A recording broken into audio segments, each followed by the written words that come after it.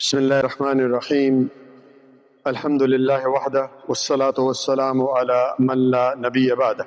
أما بعد، قال الله تعالى في سورة الذاريات: وما خلقت الجن والإنس إلا ليعبدون. وقال تعالى في سورة أنعام: قل إن الصلاة ونسكي ومحياي ومماتي لله رب العالمین. دو آیات آپ کے سامنے تلاوت کی. پہلی سورۃ ذاریات کی آیت نمبر 56 ہے کہ ہم نے انسانوں اور جنوں کو محض اس لیے پیدا کیا کہ وہ میری عبادت کرے، اور دوسری سورۃ انعام کی آیت نمبر غالباً 161 ہے جس میں رب العالمین نے فرمایا نبی صلی اللہ علیہ وسلم سے کہہ دیجیے کہ میری نماز، میری قربانی، میرا جینا، میرا مرنا کس کے لیے؟ اللہ کے لیے. ہر قسم کی عبادت میرے بھائیو اللہ کے لیے. یہ یاد رکھیے، توحید کو ہمیشہ یاد رکھیے، توحید پر اپنی زندگی گزاری. اگر توحید زندگی میں سمجھ نہیں آئی تو پھر اس کا مطلب خسر الدنیا والآخرہ، دنیا بھی گئی اور آخرت بھی گئی. تو آج جس موضوع پر میں بات کروں گا وہ ہے تعویذ اور گنڈے، اور اسی طرح ان کا شرعی حکم کیا ہے. یہ ہے تعویذ میرے بھائیو. دیکھ رہے ہیں آپ، اللہ ہدایت دے، یہ دیکھیے یہ تعویذ ہیں. اور نبی صلی اللہ علیہ وسلم نے کیا فرمایا کہ من علق تمیمۃ فقد اشرک، جس نے گلے میں تعویذ باندھا اس نے شرک کیا. نمبر 1 حدیث مسند احمد میں، یہ صحیح حدیث ہے. اسی طرح رسول اللہ صلی اللہ علیہ وسلم کے پاس 10 آدمی بیعت کرنے کے لیے آئے، صحیح حدیث ہے یہ. آپ نے 9 کی بیعت کب کی؟ ایک آدمی کو چھوڑ دیا، وہ آدمی پریشان ہو گیا. پھر دیکھا گیا کہ اس گلے میں تعویذ تھا، تعویذ کاٹا گیا، پھر اس کے ساتھ بیعت. 2 نمبر 3 مسند احمد بھی حدیث موجود ہے، عبداللہ ابن مسعود ہیں رضی اللہ تعالیٰ، انہوں نے دیکھا کہ ان کی بیوی نے خسرہ، کوئی بیماری ہوتی ہے خسرہ، اس کی وجہ سے کوئی دھاگا تعویذ باندھا ہوا ہے. تو انہوں نے جا کر ایک دم اس کو کاٹا اور اسے کہا کہ عبداللہ ابن مسعود کا خاندان اس میں مستغنی ہے، اس میں شرک. اور پھر قرآن کی آیت پڑھی، سورۃ یوسف کی آیت نمبر 106: وما یؤمن اکثرهم باللہ الا وهم مشرکون.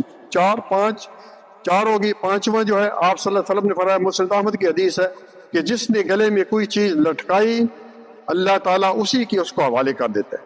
تو یہ دیکھیں میرے بھائی، یہ سب فراڈ. یہ دیکھیں آپ کیا ہے یہ میں نے ان کے اندر سے نکالا ہے، اور اندر اس کے اندر سوائے یعنی 99% 786 یا جبرائیل مدد یا میکائیل مدد یا علی مدد یا حسین مدد یہ لکھا ہوا ہے، یا ابجدی وہ ہنسے ہیں کاٹے کوٹے لکھے ہوئے ہیں، یا ایسی زبان لکھی ہوئی ہے. ایسے فراڈی ہے یہ کہ وہ زبان آپ کو سمجھ نہیں آئے گی. آپ دنیا کے کسی عالم دین کے پاس وہ سمجھ ہی نہیں آئے. اور میرے بھائی، میں نے پہلے کئی دفعہ آپ کو بتایا کہ اگر قرآن بھی لکھا ہوا ہے، قرآن لٹکانے کے لیے نہیں آیا. قرآن ہے افلا یتدبرون القرآن ام علی قلوب اقفالها، کیا تم قرآن میں غور و فکر نہیں کرتے یا تمہارے دلوں پر تالے پڑے ہوئے؟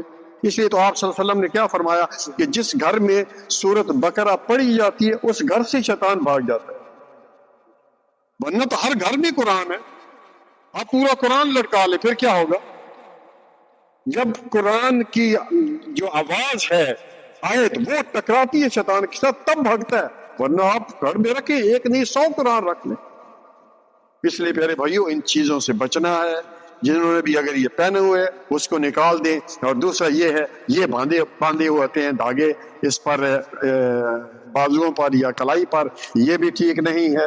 بعض لوگ میں نے نکالے ہیں، اسٹوڈنٹ ہیں کوئی یعنی اسکول کے یا یونیورسٹی کے، وہ کہتے ہیں انکل ہم نے یہ کسی بیماری کی وجہ سے نہیں پہنا، ہم نے صرف شوقیہ پہنے ہوئے ہیں. تو شوقیہ بھی نہیں پہن سکتے. نبی صلی اللہ علیہ وسلم نے فرمایا من تشبہ بقوم فہو منہم، جس نے کسی قوم کی مشابہت کی انہی میں سے ہوگا. تو یہ ہمارا یعنی اسلام میں اس کی اجازت نہیں ہے. اسلام میں اس کی اجازت نہیں. غیر مسلموں سے یہ چیز ہمارے ہاں اندر آئی. اور نبی صلی اللہ علیہ وسلم نے ایک جگہ فرمایا کہ آپ سے سمجھ کے ایک شخص آیا اور اس نے کوئی چیز چھل وہ باندھا ہوا دھاگا باندھا ہوا تھا یا کڑا باندھا ہوا تھا، تو پوچھا یہ کیا ہے؟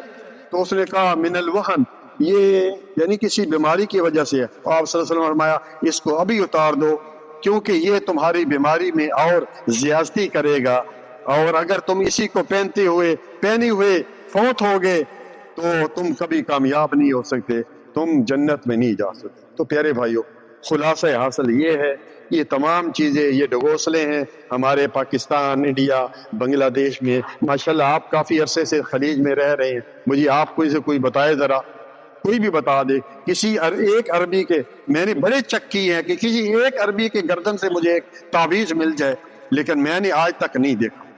تو اس چیزوں سے پرہیز کریں میرے بھائیو، توکل اللہ پر کریں، اللہ ہی رب العالمین وہی، اسی کی طرف سے اگر کوئی بیماری آنی ہے تو آنی ہے، کوئی نہیں روک سکتا، اور اسی کی طرف سے شفا آنی ہے تو وہی شفا دینے والا ہے۔